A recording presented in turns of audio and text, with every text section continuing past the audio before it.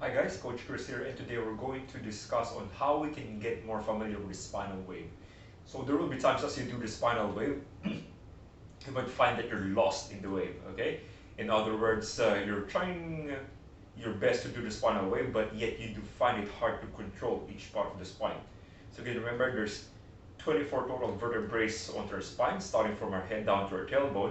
And especially if you haven't done this movement before, sometimes we just feel lost while we're doing spinal wave. So I showed you first what a spinal wave is, then let's do some corrective drills for that one. So the usual spinal wave, onto your fours, hands underneath your shoulders, knees are underneath your hips. And the way we do it is we actively push the ground away, maintaining that arch back position. Then we start from the head and we would slowly tuck our chin, making a hunch, upper back, middle back, lower back. Now to that lower back, that seems to be the part of the wave that most of us do find it confusing. Even for me, when I started learning this one, I find this one quite confusing. And as we reverse, we're going to try to move from here. To start off, slowly arching, lower back, mid back, upper back, neck, chin, and head. Okay, so there's a spinal wave. Now, how can we help our lower back to know what it's meant to be doing with a spinal wave? So we've got different tools here that may help us out. What we'll be doing is we're going to try to block everything that loves to move very often, especially the upper part of our spine, where usually we just curve over if we sit in front of the computer. So we're going to try to block any movement that we might have over there in order for our lower spine to be familiar with the movement. Okay, so first option, I'll be using 2 exercise blocks. So have them on top of each other. I'll be placing those blocks just underneath my chest. It's pretty much around my ribs. And this is gonna give me a reminder to not move from that position since they're fixed over there, as you can see. And then from there, I'm gonna try to move around this lower part. And slowly recognizing that as I slowly move, just like what I'm doing now, is that, oh, there you go. My lower spine can move without relying too much on my middle spine. So now, my lower spine, lower back area can extend, which is creating that arch. Then it can flex as well. There you go. So once I produce that movement, I can actually feel my midsection muscles starting to fire up, which is what we're after. So do a few of those.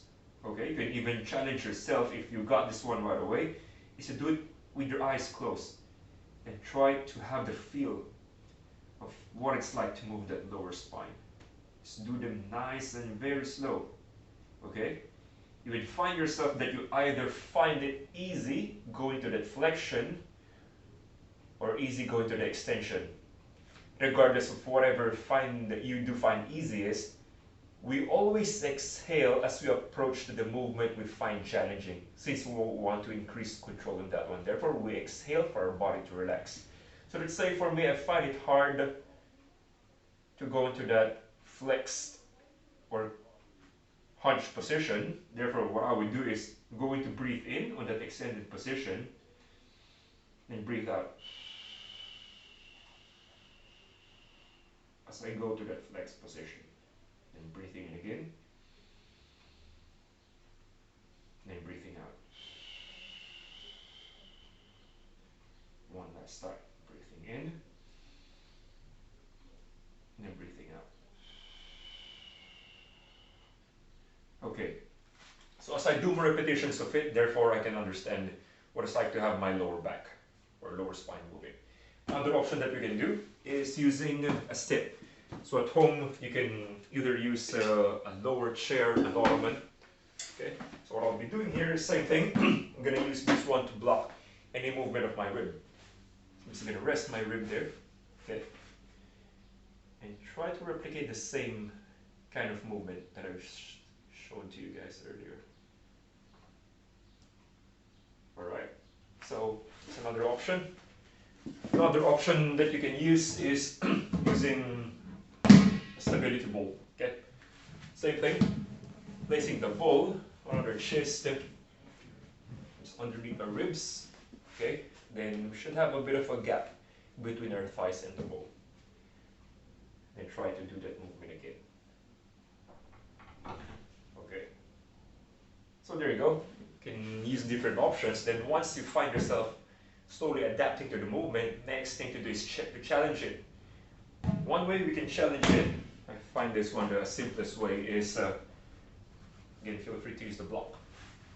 You can use the block around the ribs. Is that you either go into spinal arch, or we call this one the spinal extension, lock ourselves to that extension, then just move around that lower spine. You can do this one between 10 to 15 slow reps in order for you to grasp what it's like to have that lower spine moving with their whole back on that extended position apart from the lower spine. Another thing is we're going to full flexion. We're just going to try to move that lower spine.